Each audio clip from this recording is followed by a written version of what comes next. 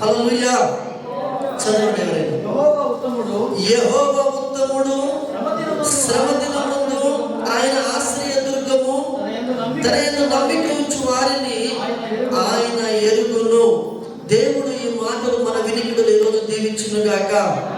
ఆమేన్. హల్లెలూయా, హల్లెలూయా, హల్లెలూయా. నా అతిశయము నీవే, నా ఆనందము నీవే, నా ఆరాధన నీవే, నా అతిశయము నీవే, నా ఆనందము నీవే, నా ఆరాధన నీవే. జ్యోతిర్మయుడా, నా ప్రాణప్రియుడా,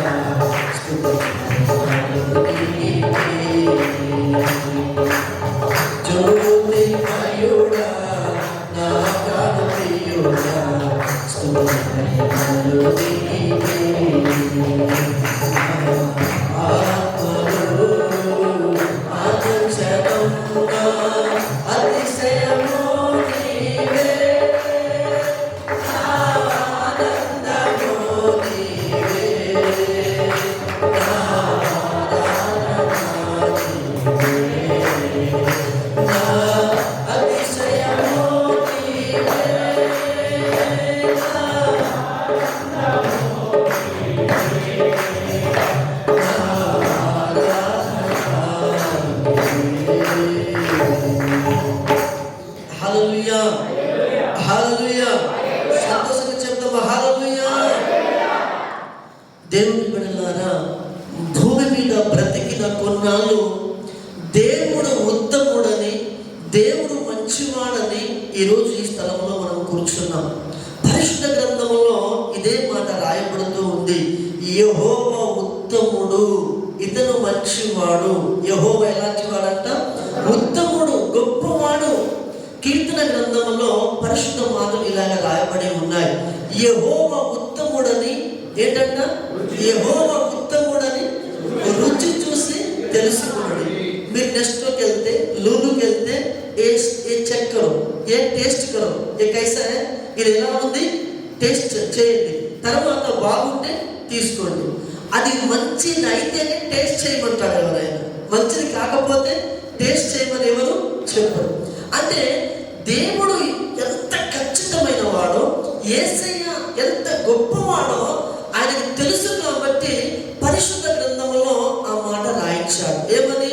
యెహోవా ఉత్తముడని రుచి చూసి తెలుసుకోండి. చాలాసార్లు దేవుని దగ్గర వచ్చే బిడ్డలకు మనం మాట్లాడతాం, అన్న ఒక్క ప్రార్థన చేయి నువ్వు, లేకపోతే ఒక్కసారి చర్చికి రా, నువ్వు ప్రార్థన చేయి, నువ్వు వేడుకుంటే అది నీకు జరిగితే నువ్వు ఖచ్చితంగా నువ్వు చర్చికి మేము చెప్పాల్సిన అవసరము లేదు, ఖచ్చితంగా నువ్వు నమ్ముకుంటావు. అంటే ఇది ఎలా వచ్చిన మాట? అనుభవంతో వచ్చిన మాట. ఒకరోజు మనం శ్రమలో, బాధల్లో, ఇరుకులో ఉన్నాము. ఆ సమయంలో ప్రార్థన చేస్తే దేవుడు ప్రార్థన ఆలకించి ప్రార్థనకు జవాబిచ్చాడు. అదే విశ్వాసంతో మనం చెప్పగలుగుతున్నాం. ఈరోజు చాలా మంది ఏమనుకుంటారు, ఎందుకంటే మీరు యేసు ప్రభువును నమ్ముకో అంటారు అంటే ఒక మాట చెప్తారు. మీ కంపెనీ మంచిది అయిందనుకోండి, అక్క మీ మేడం మంచిది అనుకో, సాక్ష్యం చెప్పలేదా? ప్రతి వారం చర్చికి పంపిస్తుంది, అందరి మేడాలు పంపించారు. మీ కంపెనీ మంచిది అయిందనుకోండి, మీరు ఏమంటారు? నా కంపెనీ చెడ్డది అంటారా? అనరుగా. ఓ కొన్నాళ్ళు జీవితం కోసము జీతం ఇచ్చే కంపెనీకే నువ్వు అంత ప్రచారం చేస్తే, నువ్వు చనిపోయిన తర్వాత నీ దేహంలో ఆత్మ ఉంది కదా, ఆ ఆత్మకు చావు లేదు, అది పరలోకం వెళ్తుంది. అది ఇవ్వగలిగిన ఏకైక మార్గము యేసు ప్రభువు అని తెలుసుకున్నాను. ఎందుకు చెప్పకుండా ఉంటాను? ఎలా చెప్పకుండా ఉండగలుగుతాను? ఒకరు అగ్నిలో వెళ్ళిపోతూ ఉంటే, నరకానికి వెళ్ళిపోతూ ఉంటే ఇంకో సింపుల్ మాట చెప్తారు. రాత్రి బాగా వర్షం పడింది, తమ్ముడు రామస్వామి డ్రైవర్ కాబట్టి చెప్తున్నాను. ఇప్పుడు ఇలా వెళ్ళాడు, ఇలా వెళ్తూ ఉంటే ఇక్కడ వాది ఉంది, వాదిలో పిలిచి తెగిపోయింది.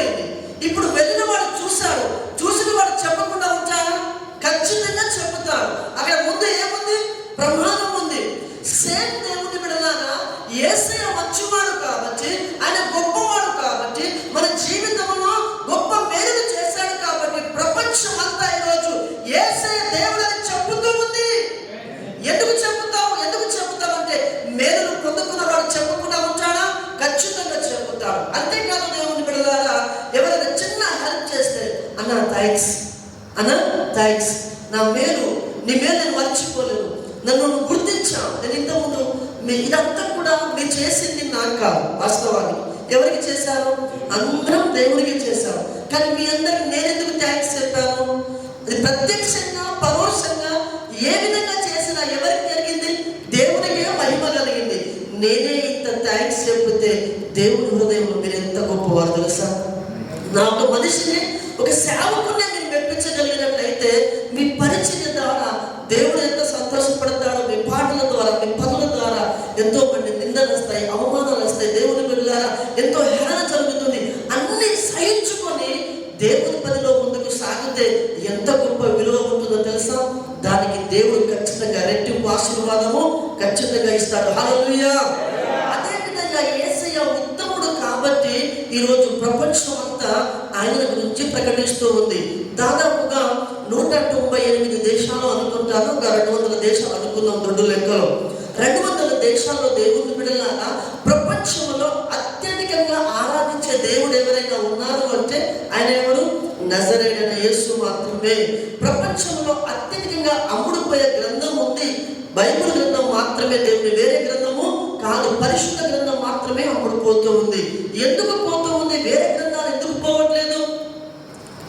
దేవుని బిడ్డలారా ఈ గ్రంథము ఇది నిజము అని ప్రజలు గ్రహించారు. ఒకవేళ నేను అబద్ధమాడి లోపలికి తీసుకుని వస్తే రేపు ఒక రోజు ఖచ్చితంగా తెలుస్తూ ఉంది. యేసయ్య నిజమైన దేవుడు కాబట్టి, ఆయనకు ఆధారాలు ఉన్నాయి కాబట్టి ఇప్పటికీ సమాధి ఇజ్రాయెల్ దేశంలో ఎలా ఉంది? తెరవబడి ఉంది. యూదులందరూ కూడా దేవుని బిడ్డలారా అలాంటి స్థలాలను వారు ప్రత్యేకపరిచారు. ఈరోజు ఒక్కసారి గమనించండి దేవుని బిడ్డ, యెహోవా ఉత్తముడు. ఒక మాట దావీదు దేవుడు నహుము అంటున్నాడు యెహోవా ఉత్తముడని. నువ్వు అనగలుగుతావా? ఈరోజు నువ్వు అనగలగాలి. నీ వ్యక్తిగత అనుభవం రావాలి. ఇన్ని సంవత్సరాల నుంచి అక్క సాక్ష్యం చెప్పలేదు, చిన్నప్పుడు చర్చకి వెళ్తుంది, ఇక్కడికి ఎందుకు వచ్చింది? ఆయన ఉత్తముడని తెలుసుకుంది. ఎలా మౌనంగా ఉంటుంది? మైక్ పట్టే అనుభవం లేదు, మాట్లాడే అనుభవం లేదు, ఏదో చూపించుకోవాలని కాదు, కానీ దేవుని మేలును హృదయంలో బయట తన్నుగా వస్తుంది, చెప్పకుండా ఉండలేదు. ఇదే దేవునిలో ఉన్న ప్రత్యేక దేవుని బిడ్డలు. చాలా మంది కొంతమంది బిడ్డలు వాళ్ళు మైక్ పట్టుకుని రమ్మంటే వాళ్ళకి సిగ్గు బిడియం హృదయంలో ఉన్నప్పటికీ చాలాసార్లు భయపడుతూ ఉంటారు. దేవుడు నామానికి మహిమపరచుటలో సిగ్గుపడవద్దు. నేను సిగ్గుపరిచేది ఏదైనా ఉందంటే అది దైవ సంబంధమైంది కాదు కాదు కాదు కాదు ఆత్మ సంబంధులు దేవుణ్ణి ఖచ్చితంగా మహిమపరుస్తారు. సో దయచేసి ఈరోజు యెహోవా ఉత్తముడని మనం ఖచ్చితంగా తెలుసుకుందుముగాక. హల్లెలూయా. ఇంకో మాట ఒకటి రాయబడి ఉంది, శ్రమ దినమున ఆయన వారికి ఆశ్రయ దుర్గము. మనం చదువుకున్న మాటల్లో ఇంకా చాలా మాటల్లో ఉన్నాయి. ఒక మాట మీకు జ్ఞాపకం చేస్తా. శ్రమ అనగా దేవుని బిడ్డలారా ఆది కాండము 45వ అధ్యాయము, ఆది కాండము 45వ అధ్యాయము దేవుని బిడ్డలారా ఒక మాట చదువుకుందాం మనము.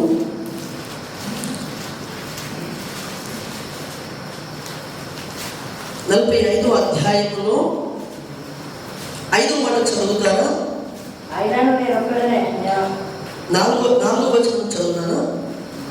అంతటా యోసేపు నా దగ్గరకు రండని తన సహోదరులతో చెప్పినప్పుడు వారు అతని దగ్గరకు వచ్చి, అప్పుడు అతడు ఐగుప్తునకు వెళ్ళినట్లు మీరు అమ్మి వేసిన మీ సహోదరుడైన యోసేపును ఏం చేశారు? అన్నదమ్ములు అన్న ఏం చేశారు? రాజేష్ ఏం చేశారు? నువ్వే అమ్మేశావా? అన్నదమ్ములు అమ్మేశారు. ఎవరిని అమ్మేశారు? తమ్ముడిని అమ్మేశారు. ఇక మనం అంటాం మా ఫోర్మేన్ మంచుడు కాదు, లేకపోతే ఆరు మంచుడు కాదు. ఈ అన్నదమ్ములే తమ్ముడే అమ్మేశారు. మా బావ మంచుడు కాదు, మా మామ మంచుడు కాదు. దేవుని బిడ్డలారా అన్నదమ్ములే, ఆత్మీయులే. మళ్ళా ఎవరు? ఆత్మీయులే. యాకోబు ఎలాంటి వాడు? యాకోబు కడుపులేనే కొట్లాడి బయటికి ముందుకు రావడానికి ప్రయత్నం చేసిన మెడని పట్టుకొని బయటకు వచ్చినటువంటి వ్యక్తి యాకోబు. దేవుని బిడ్డలారా, ఇదిగో ఇజ్రాయేలుగా మార్చబడినటువంటి గొప్ప వ్యక్తి. అలాంటి కడుపులో దేవునితో మాట్లాడే అనుభవం, అయ్యా దేవునితో మాట్లాడే అనుభవం ఎవరికి? యాకోబుకు. ఆయన పిలిస్తే రాలే, యాకోబు పిలిస్తే రాలే. పరిగెత్తుకొని వెళ్తూ ఉంటే, అన్న దేవుని సన్నిధి నుండి పరిగెత్తుకొని లాభాల దగ్గరికి వెళ్తూ ఉంటే దేవుడే కల్పించుకుని, యాకోబు నువ్వు నిద్రించిన స్థలము మామూలు కాదు, ఇది దేవుని సన్నిధి అని గ్రహించినట్టుగా ఓ పరలోక దర్శనాన్ని దేవుడు చూపించాడు. ఈరోజు ఒకసారి ఆలోచన చేయి. ప్రభు అంటాడు, ఇదిగో నువ్వు వెళ్ళే మార్గంలో, నువ్వు వచ్చే మార్గంలో ఎవరు తోడుగా ఉంటారంట? దేవుడే తోడుగా ఉంటాడు. హల్లెలూయా. మనుషుల తోడు కోరుకున్నావా? దేవుని తోడు దొరకదు అన్నా. మనుషుల తోడు కోరుకున్నావా? దేవుని తోడు దొరకదు. మనుషుల తోడు దొరికితే దేవుని బిడ్డలారా దేవుడు దూరం అయినాడు. దేవుని తోడు నువ్వు కోరుకున్నావా? మనుషులందరూ నీ చుట్టే ఉంటారు. హల్లెలూయా. మనుషులందరూ నీ చుట్టే ఉంటారు. ఒక మాట జ్ఞాపకం చేస్తారు. ఏమంటారు తెలుగులో సామెత? ఏమంటారు? బెల్లం ఎక్కడ ఉంటే యేసయ్య బెల్లం లాంటి వాడు. యేసయ్య ఎలాంటి వాడు? బెల్లం లాంటి. ఆయనే మన లోపల ఉంటే ప్రపంచం మన చుట్టూ ఉంటుంది. హల్లెలూయా. నలుగురిలో ఘనత కావాలా, పేరు కావాలా, మంచి దేవుని బిడ్డలారా ఏం సాధించాలనుకుంటున్నావు? నీ జీవితంలో ఎవరు ఉండాలంటే డబ్బు కాదు, ధనము కాదు, ఆస్తి కాదు, మంచి పేరు కాదు, ఇవన్నీ కాదు. ఏం కావాలి? యేసయ్య కావాలి. యేసయ్య మనతో ఉంటే అందరూ మన వెంటే ఉంటారు. అందుకే దావీదు గురించి ఇంతవరకు మాట్లాడారు. దావీదు ఒక్కడు ఉంటే అంట 10,000 మందితో సమానం అంట. ఎంతమందితో? 10,000 మందితో. ఎందుకు? దావీదులో ఏముంది? అవే 2 చేతులు, అవే 2 కాళ్ళు, అవి అన్ని మనుషులకు ఉన్నాయి, దావీదుకు ఉన్నాయి. కానీ ఆ సైన్యంలో లేనిది దావీదులో ఏముందంటే స్తుతి ఆరాధన ఉంది. స్తుతి ఆరాధన ఎక్కడ ఉంటుందో, దేవుని ప్రసన్నత ఎక్కడ ఉంటుందో అక్కడ గొప్ప విజయాలు చూడగలుగుతాం. హల్లెలూయా. దావీదులో ఉన్న గొప్ప భాగ్యం ఏంటంటే స్తుతి నైవేద్యం. ఒక మాట, స్తుతి నైవేద్యం ఎక్కడ ఉంటుందో అక్కడ ఎవరు ఉంటారు? దేవుడు ఉంటాడు. దేవుడు అక్కడ ఉంటే విజయం ఎవరిదవుతుంది? స్తుతి నైవేద్యము అర్పించిన వాడిదవుతుంది. జకరియా ఎవరంటే యాజకుడు. జకరియా ఎవరన్నా? యాజకుడు. యాజకుడు ఏ యాజకుడు? ఎవరికి యాజకుడు అంటే యేసయ్యకు, యెహోవాకు యాజకుడు. ఎవరు తండ్రి జకరియా అంటే బాప్తిస్మం ఇచ్చు యోహాను తండ్రి. చాలా రోజులు అవుతుంది ఎలిజబెత్ జకరియాలకు పిల్లలు పుట్టరు. దేవుని ఇంటిలో పని చేస్తూ ఉంటారు. మందిరంలో అక్కడ ఒక పని జరిగేది. ఏమని అంటే యాజకుడు లోపల వెళ్తే ఓ తాడు కట్టేవారు. తెలుసా మీకు? యాజకుడు లోపలికి వెళ్తే ఏం చేసేవారు? తాడు కట్టేవారు. యాజకుడు బయటికి రాకపోతే దేవుడు పొద్దుడు ఇంకా ఆయన పని అయిపోయినట్టే.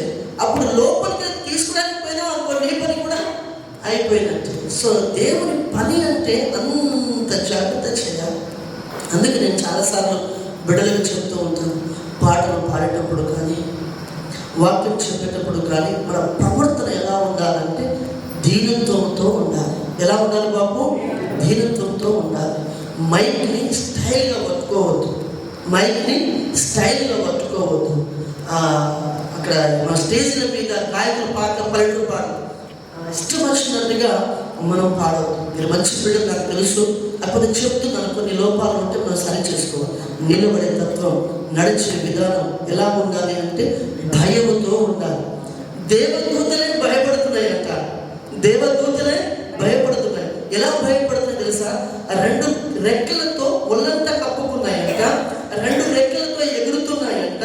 దేవుని బిడ్డలారా తమ దేహం అంతా కప్పుకొని యెహోవా పరిశుద్ధుడు పరిశుద్ధుడని స్తుతిగానం చేస్తూ ఉంటున్నాయి. ఎక్కడ ఉన్నాయి అవి? దేవుని ఎదుటే ఉన్నాయి. అయ్యా ఎక్కడ ఉన్నాయి? దేవుని ఎదుటే ఉన్నాయి. కనీసం నీళ్లకు లేచినప్పుడు కూడా నీ నడక విధేయత కనిపించాలి. నాకేం బాగా తెలియదు కానీ ఎవరైనా నడిచినా మాట్లాడినా అన్ని చూస్తాను నేను. దేవుని బిడ్డగా అక్కడ నడక కూడా ఎలా ఉండాలి అంటే ప్రేమ ఉండాలి, అందులో తగ్గింపు ఉండాలి. ఇది విధేయత. ఇవన్నీ కూడా మనం ఉన్న రోజు దావీదులాగా దేవునికి ఇష్టమైన బిడ్డ అయిపోతాం. హల్లెలూయా. దావీదు నా హృదయానుసారుడు అనే మాట దేవుని చెప్పినట్టుగా మన జీవితం కూడా అలాగా మారిపోతూ ఉంటుంది. ఇక్కడ ఆది కాలంలో ఈ మాట చదువుకున్నాం కదా మనము. చదువుకున్నప్పుడు ఇక్కడ శ్రమ దినమున ఆయన ఎలాంటి వాడంట? నమ్ముకోదగిన సహాయకుడు. మనం చేసేది ఎవరు చూస్తున్నారు? దేవుడు చూస్తూ ఉంటున్నాడు. ఇక్కడ ఒక మాట ఏమిటంటే, శ్రమ వచ్చింది. ఎవరికి శ్రమ వచ్చింది వాస్తవానికి అంటే? యోసేపుకి శ్రమ వచ్చింది. ఎవరికన్నా? యోసేపుకి శ్రమ వచ్చింది. యోసేపుకి శ్రమ ఎలా వచ్చిందో మనం చదువుకున్నాం. అన్నదమ్ములే యోసేపును అమ్మివేశారు. ఎక్కడికి వెళ్ళాడు? ఐగుప్తులో బానిసత్వంలోకి వెళ్ళిపోయాడు. వెళ్ళిపోయిన యోసేపును దేవుడు హెచ్చించాడు, ఘనపరిచాడు. ఇప్పుడు ఆ రాజు తర్వాత రాజుగా ఆ ఉన్నతమైన అధికారంలో ఎవరున్నారు? యోసేపు ఉన్నాడు. యోసేపు ఉంటే ఇప్పుడు అన్నలు ఒకరోజు గోతులో పడేసిన వాళ్ళు, ఫిలిష్తీయులకు దేవుని బిడ్డలారా ఐగుప్తీయులకు అమ్మినటువంటి అన్నలు ఇప్పుడు ఎక్కడ ఉన్నారు? యోసేపు ఎదురుకి వచ్చారు. ఎందుకు వచ్చారంటే ఆహారం కొరవైపోయింది. 7 సంవత్సరాలు సమృద్ధిమైన ఆహారం దేవుడు ఇచ్చాడు. 7 సంవత్సరాలు కరువు వచ్చేసింది. 2-3 సంవత్సరాలు ప్రయత్నం చేశారు, తర్వాత కరువు వచ్చింది. ఎక్కడికి వచ్చారంటే ఐగుప్తులోకి వచ్చారు. ఎవరు వచ్చారు? అన్నదమ్ములు వచ్చారు. ఈ మాట మనం చేసుకొని ముగించుకుందాం. అన్నదమ్ములు అక్కడికి వచ్చారు. అన్నదమ్ములు అక్కడికి వస్తే ఇప్పుడు ఎవరిలో మేలు చేసిన వాళ్ళ? అన్న వీళ్ళు మేలు చేసిన వాళ్ళ కాదు, కీడు చేసిన వాళ్ళు. ఎంత కీడు అంటే చంపేద్దామని ఫిక్స్ అయిపోయింది. ఇంకా తమ్ముని ఏమనుకున్నారు? చంపేయాలి. ఇది బాగా పాటలు పాడతాడు, ముందుకు వెళ్తాడు. ఈ సంఘంలో ఈ రోజుల్లో ఉండే చాలా మంది ఇది బాగా పాటలు పాడతాడు. యాకోబు ద్వారా బాగా ప్రేమించబడతాడు. కొంతమంది పాస్టర్లు కొంచెం మంచిగా ఆత్మీయంగా ఉన్నాడుగా, ప్రేమ ఉన్నాడుగా, దగ్గర తీసుకుంటే చూసినావా? ఆయనతోనే మరి నువ్వు అలా ఉండొచ్చుగా. సావునికి నచ్చే విధంగా, దేవునికి నచ్చే విధంగా నువ్వు బ్రతుకు. అప్పుడు దేవుడు ఏం చేస్తాడంటే నేను చూసి ముద్దాడుతాడు, దయ పుట్టిస్తాడు. విధేయత అనేది, ప్రేమ అనేది చెప్పుకుంటే వచ్చేది కాదు. దయ ఎలా పుడుతుందంటే దేవుని బిడ్డలారా, ఇదిగో దేవుడు ఆ దయను పుట్టించాడు. విధేయత ఎవరు చూపిస్తారు? అబ్బా వాళ్ళిద్దరు వీళ్ళిద్దరు ఇట్లా మనం చెప్పుకుంటూ ఉంటాం. ఎందుకు అంటామంటే మన లోపల ఫస్ట్ ఏముండదు? తగ్గింపు ఉండదు, దేవుని ప్రేమ ఉండదు. ఇదంతా కూడా సంఘమును పాడు చేసే సాతాను తంత్రం. దేవుని బిడ్డలారా, ఈ అస్సలు సంఘములో కానీ సమాజంలో ఉండకుండా దేవుడు వారిని తొలగిపోవడం కాక. ఎందుకంటే సంఘం బలపడాలి అంటే, సేవ బలపడాలి అంటే ఎలాంటి పాత్ర ఉండాలంట? ఎలాంటి పాత్ర ఉండాలి? తల్లి పాత్ర ఉండాలి. ఎలాంటి ప్రార్థన? తల్లి పాత్ర. ఒకవేళ ఎవరైనా వాక్యం చెప్పారనుకో, కొత్తగా వచ్చింది, కొత్తగా మైక్ వాళ్ళకి రాదు పాపం, ఎవరైనా కొత్తగా సాక్ష్యం చెప్తారు, వీడు అంటాడు గుస్గుస్ గుస్గుస్ ఈ పర్లోకం వెళ్ళిపోదా మన గుస్గుస్. ఇది వరకు చాలా మంది అక్కడ సినిమాలో మనం చూస్తూ ఉంటాం. సో దేవుని బిడ్డలారా, ఇలాంటి స్వభావం మనం తొలగిపోవాలి. మనం దేవుని బిడ్డలు, పరిశుద్ధులం. ఇది ఎవరికి తగదు? పరిశుద్ధులకు తగదు. దేవుడు మనం చూస్తూ ఉంటున్నాడు. యోసేపు ఎంత గొప్ప మనసు ఒకసారి అర్థం చేసుకోండి. నేను ఎందుకు మాట్లాడుతున్నానంటే, యోసేపు అన్నదమ్ములు గోతులో పడేశారు, చంపేయాలనుకున్నారు. చంపేయాలనుకున్న వారు ఎదురుగా వచ్చారు. యోసేపు ఇక ఒక మాట అంటే చాలు, వాళ్ళని చంపేయచ్చు. ఇంకా అన్నదమ్ములందరినీ చంపేయచ్చు. ఆయనదే అధికారం. అడిగేవారు కూడా ఎవ్వరూ లేరు. కానీ ఒక గొప్ప మాట చెప్తాడు అక్కడ. ఏమని అంటే, ఇంతమంది చదువుకున్న మాటలో, అన్నా మీరు నన్ను అమ్మివేయలేదు, మీరు నన్ను ఇక్కడికి అమ్మివేయలేదు, నన్ను మీరు పంపించలేదు. ఎవరు పంపించాలంట? దేవుడే పంపించాడు. ఎందుకు పంపించాడు? రాబోయే రోజుల్లో 7 సంవత్సరాల కరువు రాబోతుంది. యాకోబు సంతానం వర్ధిల్లాలే నేను వాగ్దానం చేశాను. అయితే ముందుగా నా కుమారుడైన యోసేపును పంపిస్తాను. దేవుడే పంపించాడు, మీరు భయపడవద్దు. అలాంటి ప్రేమ మనం అందరం కలిగి ఉందుముగాక. గోతులు పడేసి గొంతుకు లేదు యోసేపుకు. వాళ్ళు హేళన చేసింది. ఆ నిలువుటంగి వేసుకుని వస్తే అంట అందరు ఎక్కిరించి వాళ్ళంతా, వచ్చిండ్రా బాబు, నిలబడ్డా బాబు, పట్టిండ్రా బాబు మైకు అని హేళన చేసే వాళ్ళంతా. దేవుని బిడ్డలారా, యాకోబు కొంచెం చిన్నవాడు కాబట్టి ఎక్కువగా ప్రేమించేవాళ్ళంట. అలా ప్రేమిస్తున్నప్పుడు వీళ్ళందరూ ఎద్దేవా చేస్తూ హేళన చేసేవాళ్ళంట. ఎవరైతే హేళన చేస్తారో వారందరూ ఎక్కడికి వచ్చారో? యోసేపు కాళ్ళ దగ్గరికి వచ్చారు. హల్లెలూయా. నిన్నెవరైనా హేళన చేస్తున్నారా, అవమానపరుస్తున్నారా? దేవుని బిడ్డ, నువ్వు యోసేపు లాగా ధీనత్వం కలిగి ఉండు. ఖచ్చితంగా దేవుడు నువ్వు ఏడ్చిన చోటనే, నువ్వు తల వంచుకున్న చోటనే నీ తలను పైకెత్తేవాడు. హల్లెలూయా. నేను ఏడ్చిన చోటనే మనసారా నవ్వెదా, నేను పడిన చోటనే ప్రభు కొరకై నిలిచెదా. నేను ఓడిపోనయా నా పక్షానుండగా, నే కృంగిపోనయా నీవు నాతో నుండగా. నేను ఓడిపోనయా నా పక్షానుండగా, నేను కృంగిపోనయా. హల్లెలూయా. ఒక మాట చెప్తాను, గుర్తుపెట్టుకోండి. సైన్యంలో ఇజ్రాయేలీయులకు ఫిలిష్తీయులకు ఏం జరుగుతుంది? యుద్ధం జరుగుతుంది. యుద్ధ భూమిలో సైనికులు ఉన్నారు, దావీదు అన్నదమ్ములు ఉన్నారు, సౌలు మహారాజు ఉన్నాడు.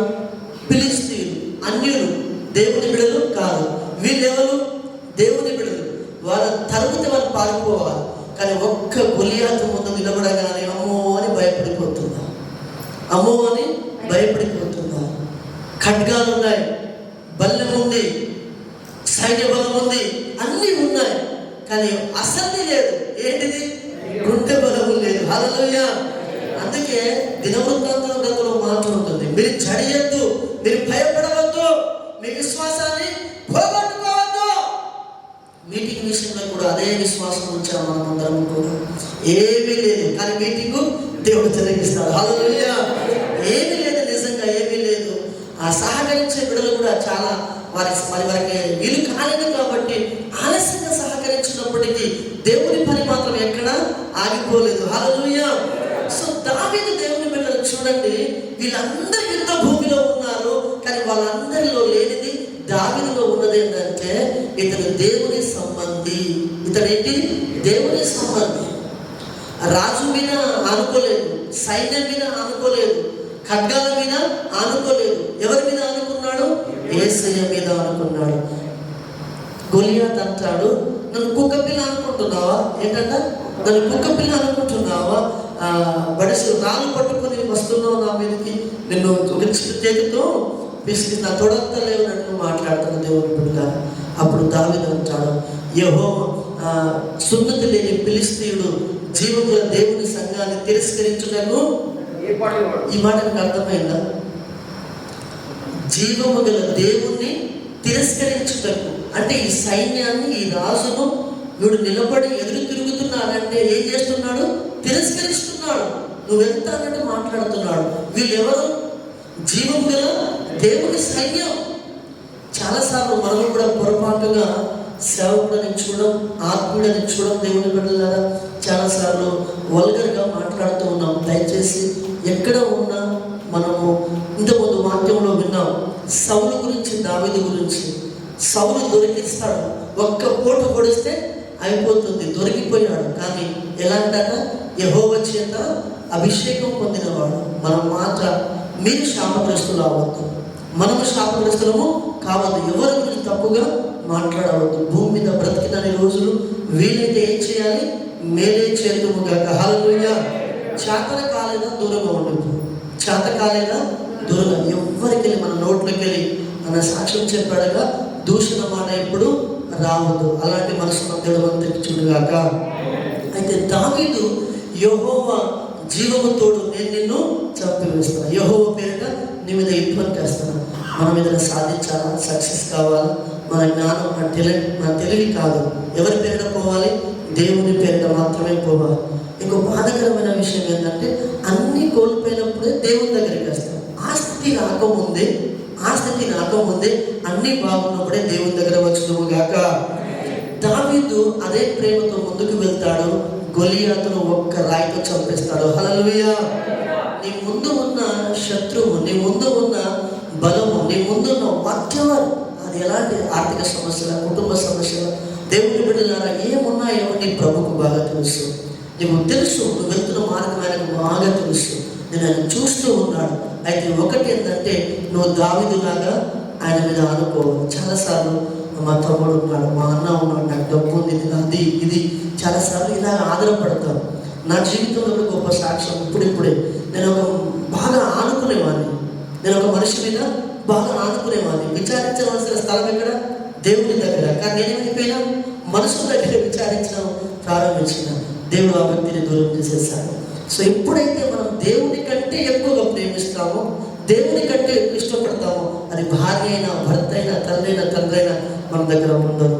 మనం మొదటి స్థానం ఎవరికి ఇవ్వాలి? దేవునికి ఇవ్వాలి. హల్లెలూయా. దావీదు అన్నలు నా దగ్గర రండి అని చెప్పలే. సౌలు మహారాజు దగ్గర రమ్మని చెప్పలేదు. ఒకటి అన్నాడు, యెహోవా పేరిట నీ మీదకి వస్తాను. శ్రమ వచ్చింది, ఎవరి వైపు చూడాలి? దేవుని వైపు చూడాలి. ఫిలిష్తీయులు దేవుని బిడ్డలారా యుద్ధానికి వస్తే దావీదు గొప్ప విజయం పొందుకున్నాడు. యోసేపుకు శ్రమ వచ్చింది, మనుషుల వైపు చూడాలి. చెయ్యని నింద మోపారు. ఫరో పోతీఫరు భార్య ఏం చేసింది? చెయ్యని నిందను మోపింది. ఎక్కడికి వెళ్ళాడు? జైలుకి వెళ్ళిపోయాడు. బాధపడలే. జైలే ఆయనదైపోయింది. జైలే ఆయనదైపోయింది. జైలు అధికారి తాళం ఇచ్చేసాడంట. అరే యోసేపు చెప్పినట్టుగా మీరు చేయండి. అక్కడ సువార్త ప్రకటించాడు. హల్లెలూయా. జైలు కూడా తనకు ఇల్లుగా మార్చేశాడు దేవుడు. నువ్వు యథార్థంగా ఉంటే నీ కఠిన పరిస్థితులు అన్నీ కూడా దేవుడు నీకు అనుకూలంగా చేస్తాడు. హల్లెలూయా. యోసేపు శ్రమలో ఉన్నాడు, మనుషుల వైపు చూశాడు. ఇంకో మాటలో చెప్పాలంటే, ఇద్దరు పానదాయకులు ఉంటారుగా. ఇద్దరు పానదాయకులు జైల్లో కలుస్తారు. జైల్లో కలిస్తే, అన్నా కొంచెం నువ్వు పోతున్నావు కదా, పోతున్నప్పుడు నా గురించి రాజుకు ఓ 2 మంచి మాటలు చెప్పు అని అంటారు. వీళ్ళు మర్చిపోతారు. వీళ్ళు మనుషులుగా మనం చేసిన మేలు మర్చిపోతారు. వీళ్ళు చెప్పినట్టే వాళ్ళ జీవితంలో జరుగుతుంది. యోసేపు చెప్పినట్టే వాళ్ళ జీవితంలో జరుగుతుంది. కానీ యోసేపు చేసిన మేలు వీళ్ళు మర్చిపోతారు. మర్చిపోయిన తర్వాత దేవుని బిడ్డలు కొన్ని రోజుల తర్వాత దేవుడు జ్ఞాపకం చేసుకున్నాడంట. ఎవరు? దేవుడు జ్ఞాపకం చేసుకున్నాడు. దేవుడు తగిన కాలంలో హెచ్చించడానికి యోసేపును బయటికి తీసుకొచ్చాడు. ఆ దేశానికి ప్రదానం చేశాడు. హల్లెలూయా. ఈరోజు శ్రమ దినమున ఆయన నమ్మదగిన సహాయకుడు. మనుషులు విడవచ్చు. దేవుని బిడ్డలారా, ఎదిగో నువ్వెంత నమ్మకం ఉంచుకున్నావో వాళ్ళని వదిలేచ్చు, కానీ దేవుడు ఎప్పుడు విడిచిపెట్టేవాడు కాదు. అంతేకాదు, దావీదు కూడా సైన్యం అంతా కూడా దేవుని బిడ్డలారా మనుషుల మీద ఆధారపడ్డారు. వాళ్ళకు విజయం దొరకలేదు. శ్రమ దినమున దావీదు దేవుని మీద ఆనుకున్నాడు, గొప్ప విజయాన్ని ఇచ్చాడు. హల్లెలూయా. ఒక మాట చెప్పి ముగించేస్తాను. సౌలుకు దావీదు మేలు చేశాడా, కీడు చేశాడా అన్న మాట్లాడు. మేలు చేశాడా? ఏ మొత్తము మాకేం తెలుసు, నువ్వు చెప్తే ఇంతవాడు చెప్తున్నావు. దావీదుకు సౌలు ఏం చేశాడు? దావీదు సౌలుకి ఏం చేశాడు? మేలే చేశాడు. ఆ రోజుతో ఇజ్రాయేలీల యొక్క అవుట్. ఇంకెక్కడి నుంచి చదువుకునేటోళ్ళు కాదు, ఇంకా రాజ్యమైపోయేది. కానీ అలాంటి స్థితిలో దావీదు ఏమిచ్చాడు? గొప్ప విజయాన్ని ఇచ్చాడు. విజయాన్ని ఇస్తే ప్రజలు ఉంటారా? దావీదుకు 10,000 కొలది, సౌలుకు 1,000 కొలది. అప్పుడు విషపు చూపు చూశాడంట. ఎలాంటి చూపు? విషపు చూపు. ఫిలిష్తీయుల చేతిలో చచ్చిపోతే ఏం చేసేవాడు సౌలు? అడ్రస్ లేకుండా పోయించాడు. కానీ దేవుడి బిడ్డలారా దావీదు మీద విషపు చూపు చూశాడు కాబట్టి దేవుడు సౌలును లేకుండా చేశాడు. హల్లెలూయా. మనము ఈరోజు ఎలాంటి దయ కలిగి ఉండాలంటే దావీదు లాంటి ప్రేమ కలిగి ఉండాలి. దావీదు లాంటి ఆత్మీయత కలిగి ఉండాలి. యోసేపు లాగా తగ్గింపు కలిగి ఉండాలి. ఒక మాటలో చెప్పాలంటే చివరిగా యేసు ప్రభుల వారు శిలువ మీద ఉన్నారు. ఎక్కడ? శిలువలో ఓ అద్భుతమైన మాట, 7 మాటలు. ఓ మాట ఏమిటంటే, తండ్రి వీరేమి చేస్తున్నారో వీరెరగరు, వీరిని. అక్క ఇక్కడే ఉన్నావా? ఉన్నట్టే ఉన్నావా? హల్లెలూయా. హల్లెలూయా. ప్రభువు వారు ఏమన్నారన్నా? తండ్రి వీరేమి చేస్తున్నారో కాబట్టి వీరిని. వాళ్ళు చేసిన వాళ్ళకి తెలియదా? మేలులు పొందుకున్న యేసయ్య స్వస్థపరిస్తే స్వస్థపరచబడ్డారు. రోగాలు నయమైన కుష్ఠరోగులు బాగుపడ్డారు. అద్భుతాలు చూశారు. మరణం నుంచి లేపబడ్డారు. ఎన్ని అద్భుతాలు, ఎన్ని ఆశ్చర్యకార్యాలు. ఎవరు చూశారు? సిలువవే అని చెప్పిన వాళ్ళే చూశారు, అనుభవించారు. ఇప్పుడు వాళ్ళే అంటున్నారు యేసును సిలువవే. వారి గురించి మనసు కలిగి ఉందుముగాక. దయచేసి యేసు ప్రభు బిడ్డలం మనం. ఎవరి బిడ్డలము? యేసు ప్రభు బిడ్డలైతే యేసు ప్రభులాగా ప్రేమిస్తారు. అదే కాక ఇంకా వేరే ప్రేమ ఏది ఉన్నా దుష్టుల నుండి కలిగినవి. కాబట్టి దయచేసి దేవుని బిడ్డల ఆత్మీయ సంగమం, శ్రమ దినమున యేసయ్య నమ్మదగిన సహాయకుడు, యెహోవా ఉత్తముడని రుచి చూసి తెలుసుకోవాలి. ఎవరైనా ఇంకా మీలో బాప్తిసం పొందనట్లయితే, దేవునికి దూరంగా ఉన్నట్లయితే యేసయ్య నిజమైన దేవుడని తెలుసుకోండి. దావీదు జీవితంలో చేసిన గొప్ప కార్యాలు, యోసేపును హెచ్చించిన దేవుడు నిన్ను కూడా ఖచ్చితంగా హెచ్చిస్తాడు. అట్టి కృప ధన్యకరమైన జీవితం దేవుడు మనందరికీ సమృద్ధిగా దయచేయుగాక. చిన్న ప్రార్థన చేసుకుందాం. దేవానికి స్తోత్రాలు. ఒక్క నిమిషం అందరం కూడా ఎవరు మౌనం ఉన్నది సమయంలో